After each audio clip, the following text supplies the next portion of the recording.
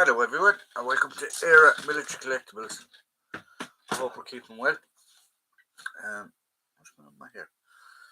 I hope you're keeping well. Sorry about having to move from the Friday to today. It's been busy. It's been flat out. You know what it's like for people coming up towards Christmas. It's just absolutely nuts. We will only have a short live stream as well today because I am back to work tonight. And the videos, there are 3 videos coming up over the course from, I've tried to remember what I set them. I think I've set the first one as a 10:15, 10 o'clock and 10:15, so the 3 of them should be up around that time frame. So I hope you enjoy. Jude Steins, hello, hey, how are you? I hope you're okay, Jude. I know the weather here anyway in the west coast has been absolutely brutal over the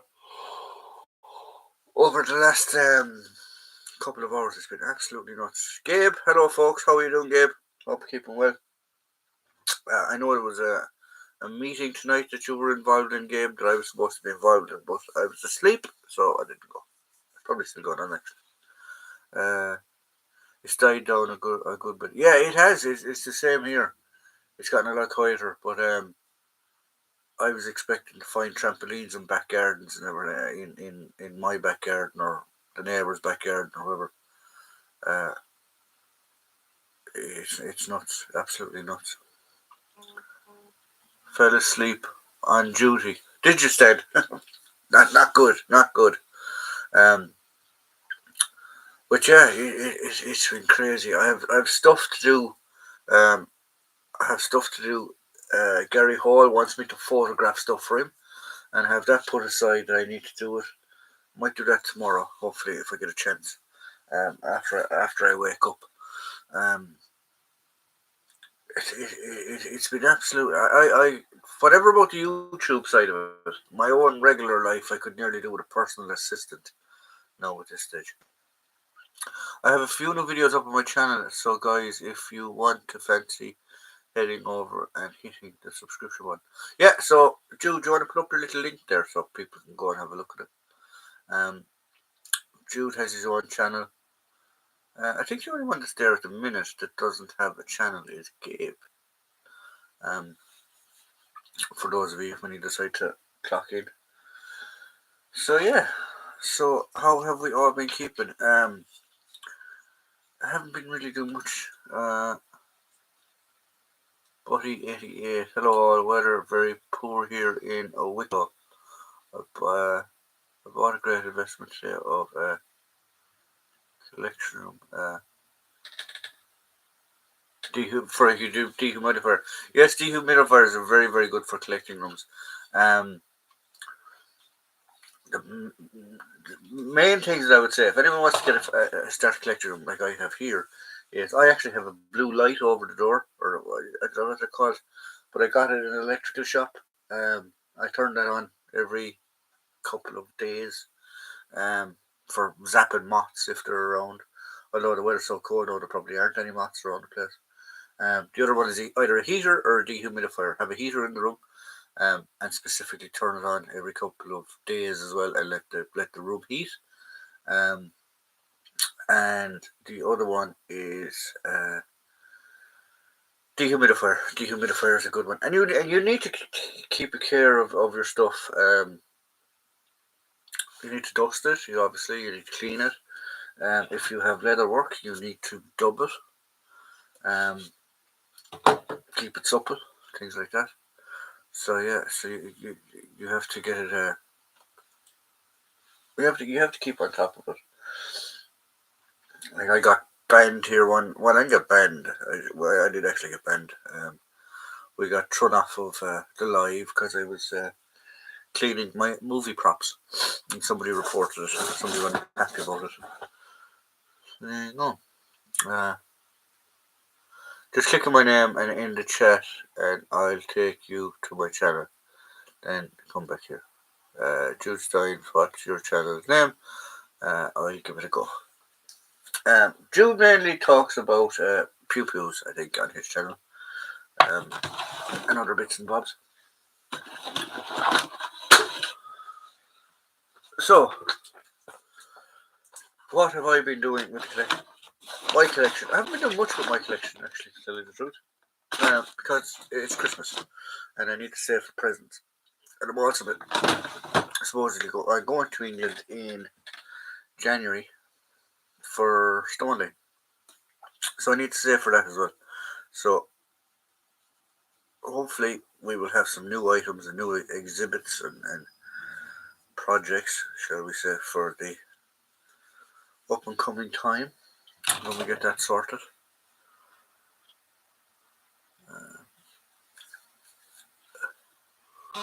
Did anyone see the new Napoleon movie? I'm having mixed thoughts. I haven't seen it. I was trying to find. Um, I was trying to find somewhere that has the Last Rifleman. The Last Rifleman is a film came out there in October. I think it was October.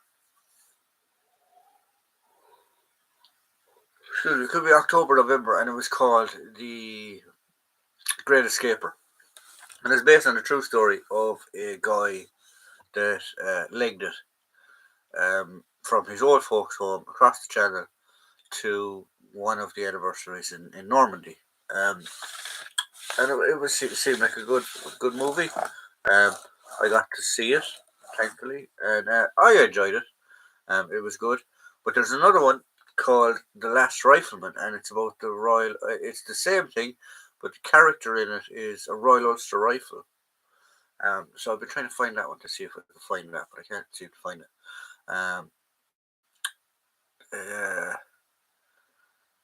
Napoleon, I'm not really into that time frame, but I still watch it. Don't get me wrong. It's a good movie. The actors in it are top notch, and the directors and stuff are top notch. It's got a very very high budget as well, I believe. But I'll get around to watching it. I will get around to watching it. I'm subdued. Cool, Stan.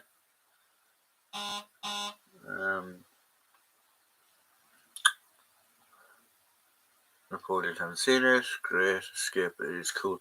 Great Forest of Michael. It is. It is a good movie by Michael Caine. He is a good actor. The female actor, I can't remember off the top of my head now, but she passed away not too long after making that movie, which is sad. But it was her last performance, but unfortunately, but yeah. So go if I can. The Last Rifleman, it's called, and Jesus, he's an Irish actor as well. Probably not. He's the main character in it. He was James Bond as well at one stage. Christ, I can't think of his name. No, not Brosnan. Was it Pierce Brosnan? Yeah, Pierce Brosnan.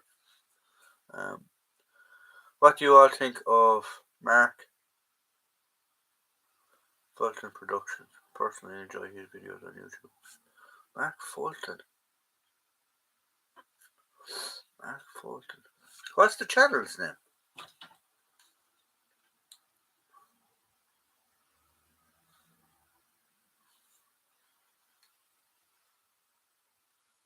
Mark Fulton. Oh yes, I've seen his stuff. I like his stuff actually. I enjoy it. I do enjoy it. I watched one there not so long ago.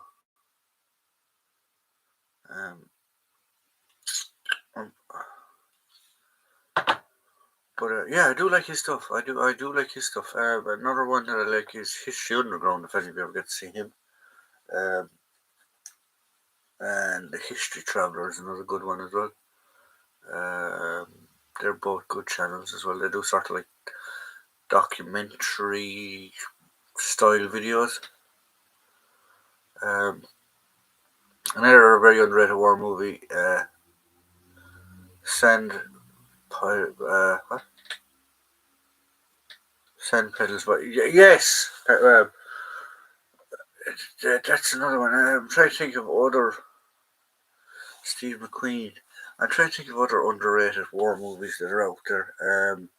Attack Force Z or Z Attack Force with Mel Gibson. That was another good one. There's another Australian production called Kokoda, if you ever come across that. That's a great movie, actually. Kokoda.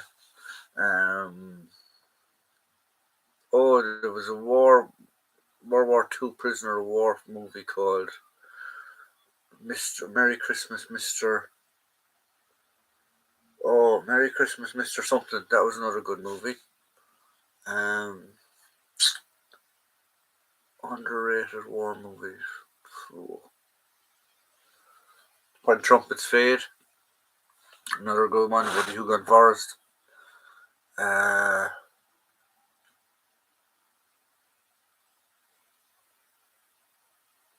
Went to Day Well, which is an old British movie. That's another good one. I like that one. Hi, John. Just got a Mark 6.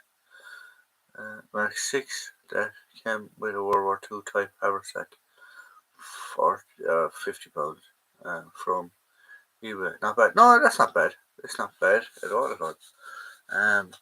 The respirators, the Mark 6 respirators, though themselves are nearly between £40 and £50 without the packs. If you do find the packs, that is. In fact, you get a World War II pack, is even better. So enjoy, Andrew. A lot of World War II movies came out of Russia are really good. White Tiger's good one. Yes, White Tiger's a good one. The Captain. I think it is on Amazon. Very good. Yeah, the Captain. Oh yes, about the deserter. Very good as well. Merry Christmas, Mr. Lawrence. That's the one. Merry Christmas, Mr. Lawrence. It's a great war movie as well. A great. There was another Australian series. I don't know if Steelhammer Stan remembers it, but it was called the Changi Girls. Was it? There was two. There was Changi, which was about people that were interned in Changi prison in Singapore during World War II, and there was another one then called the Changi Girls. No, sorry, I'm wrong. It wasn't called the Changi Girls.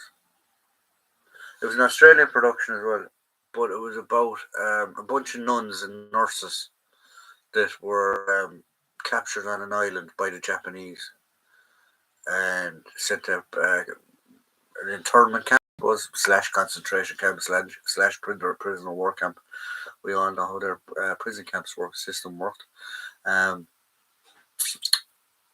God, what was it called? One was called Changi, and the other one was called.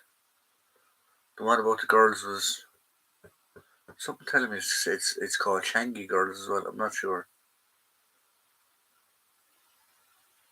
I'm not 100%, but yeah.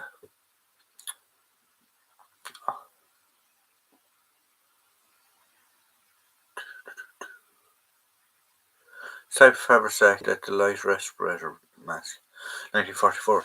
Yeah, I'm not sure. I have one. I know the one you're on about. Just trying to think where my one is. It's not handy anyway at the minute.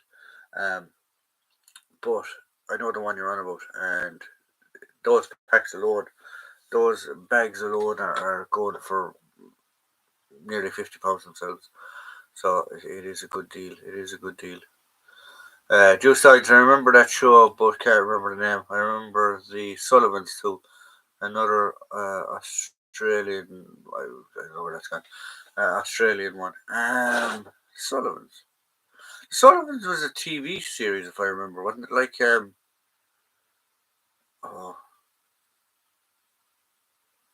what was it? It was like Dalton Abbey, if I remember. Was it a bit like that? I don't want to mention that name, but for some reason in Ireland, we seem to get an awful lot of Australian productions. We get an awful lot of Australian programs. Home and Away, Neighbours, the Sullivans, the Bluey, which is a kids' cartoon thing. Actually, that seems to be very popular here now in Ireland. It's an Australian thing. Bondi Rescue on every bloody channel in Ireland at one stage. Yeah, I don't know. We just seem to get an awful lot of Australian ones. Seen the bikes for £10 to £15. Yeah, they'd be about that, and then you're talking another anywhere between 20 and 50 quid for the respirator, depending on the condition.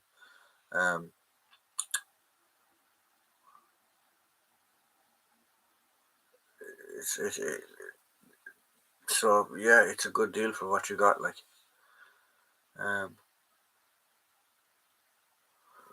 I was brought up watching the Sullivans, probably why I went to Australia 3 bloody times. Just wondering, this is from Buddy, just remembering, is there any reenactment groups that specialise in Irish War of Independence?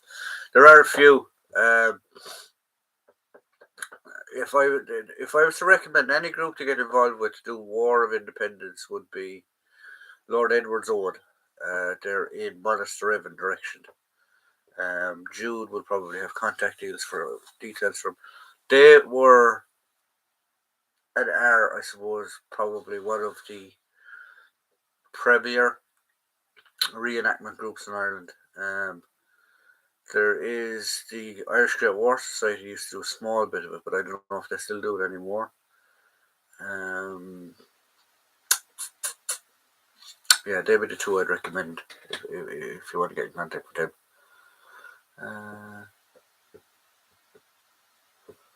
Andrew Fox, I lived in Austin on the Gold Coast. Stan lived in the Outback, I think, somewhere, if I remember correctly.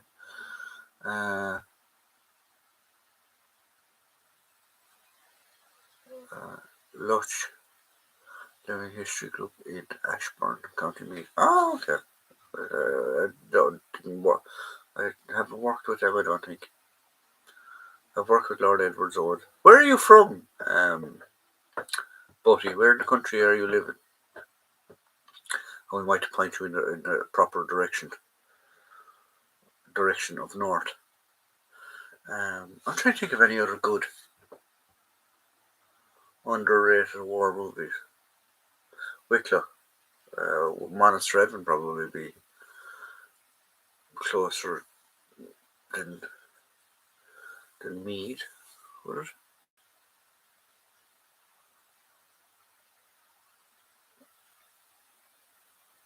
Well, I don't even know if there's any Dublin groups.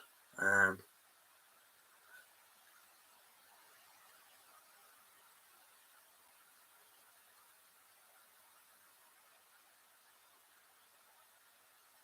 don't know. Yeah. Speaking of Irish, check out YouTube Captain Keita. His latest video is about the new law in Oz that bans all sales, trades, movement of kit with swastika or runes on it. Collections can't be kept.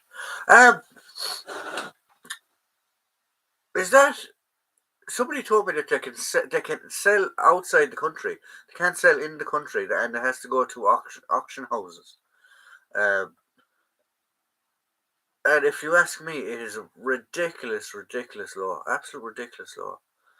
If any of you don't know that, the Australians, in their grand wisdom, have decided to ban everything with a swastika on it or anything with runes on it. For why, I don't know, because it's history, it needs to be learned. It's not that we be like in the proper hands, it has not been wrongly used.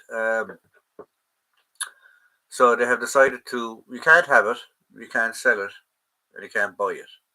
And if you have it in your collection, you're supposed to surrender it. And I think it's supposed to go to registered museums if you have it. Or it's supposed to go to recognized dealers that can sell it and export it out of the country. They can't put it in the country, but they can export it out of the country. It's absolutely nuts.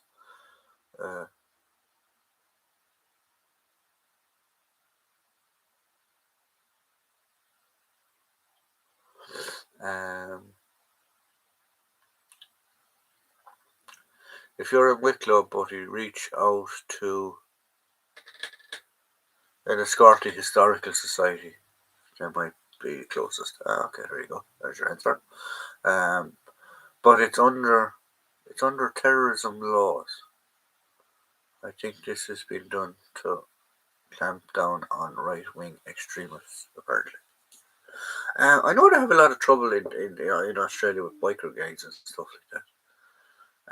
But I don't see how banning the collecting, selling, and buying of historical artifacts is going to clamp down on antisocial behaviour and supposed terrorism acts in Australia. I don't know. Bloody mad. Getting a brand 7.62 mag as well soon at some point. Very cool. Very, very good. Well done, Andrew. I had a break, but I moved it on.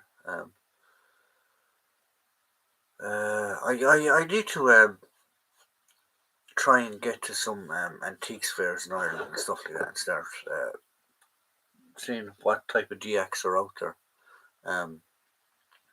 Because I don't know. I'll treat myself to a new one next year, I reckon. I don't know what though. Maybe a K98 or K98 or a Mark 4 or something like that. We'll wait and see. I lived in an area where the local biker gang had the swastika on the back of their jacket as a gang symbol. I reckon a few of their bike groups use the symbol, so now they can be targeted. Okay, I see now. It will be the collectors who suffer. It will be the collectors who suffer. But anything just means legislators have the smart to legislate for it. Yeah, exactly. It's exactly it. It's a ridiculous banning. It's like if you ban, like I guarantee you they're going to ban whatever, and the honest collector will go, okay, look or whatever. I'm not handing up my collection. I'm not keeping my collection. I'm not selling my collection or whatever. And you'll form this little underground group of collectors and military people or whatever, and it will drive the prices of stuff through the ceiling because they know they can't advertise it, so they can ask what they want for things. On the other side of it, if they are allowed export stuff and sell stuff outside the country, you might be able to buy stuff cheaper out of Australia because guys will be trying to sell off their collections and make what they can on it before it comes into full legislation. Right, guys, so we've been on for nearly a half an hour now, so I'm just going to give it another few minutes and I'm going to bugger off because at night, by 9 o'clock I have to be on the road to head to my regular day job because unfortunately I have one of those that I don't. It's not just YouTube. I don't just do YouTube. I'm not just a historian. I wish I was, but I'm not. It doesn't pay the bills. So if any of you want to ask me a question or a last question there for 5 or 10 minutes, you're more than welcome. But yeah, I know this is going to sound provocative, but it's like drug laws and drink laws, like prohibition. When prohibition was brought into the States in the 20s,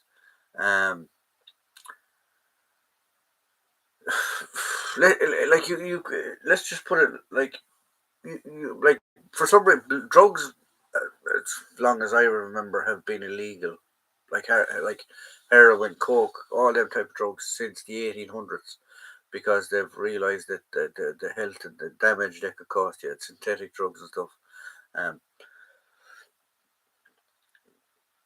So by being that driven underground, it's a huge market as well. Huge money to be made on it. Time of prohibition when they banned all the alcohol in the States.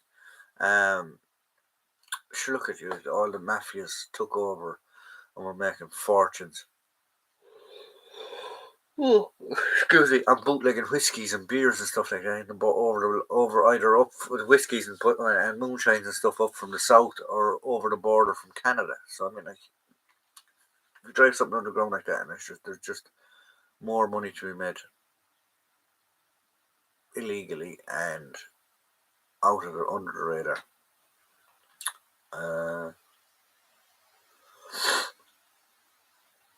What respirators did the Irish Army use? What do they use now?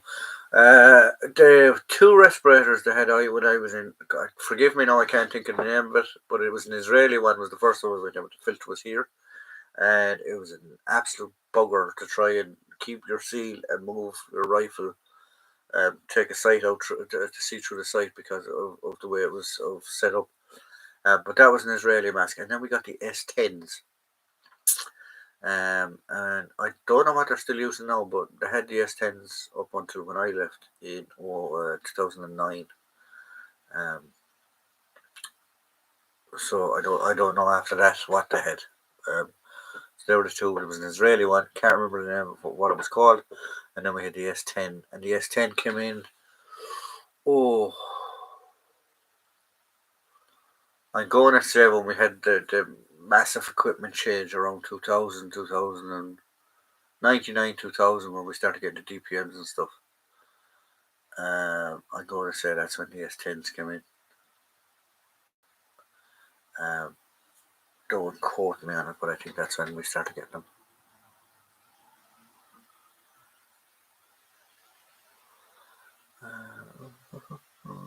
Sorry, God. They were made illegal in the 20th century, actually. Okay, cool. Thank you very much. Didn't know that. I'm going to start a new display on broken British World War I and World War II medals. No ribbons, highly polished, missing bits. The sort of forgotten find in a drawer on time. Yeah, exactly. There are guys out there, though, Stan, don't believe it or not, that if you send those medals to them, they will repair them, re-ribbon them, mount them, stuff like that, and they do it for reasonable enough price. Obviously, for that reason, guys find them in drawers, or there used to be girls what they would do, or wives, or whatever, widows. They would get the medal, and they would put I suppose like a circle around it, a decorative circle around it with a chain on it that they could wear as a chain. For if their um, significant other had passed away. That was a Victorian thing. I remember Victorians doing that, and so they will refix them back into medals and stuff like that. But yeah, that's a good idea. I like that. Also, no S6. No, we didn't have S6s. We went straight to the S10s from that Israeli one. Coca-Cola had actual cocaine in the recipe. Really? I'm not sure which was it. Opioid. Up until the 1920s. Oh, very interesting. Didn't know that, no. Did not know that, no. Right, guys. So we're going to call it quits there.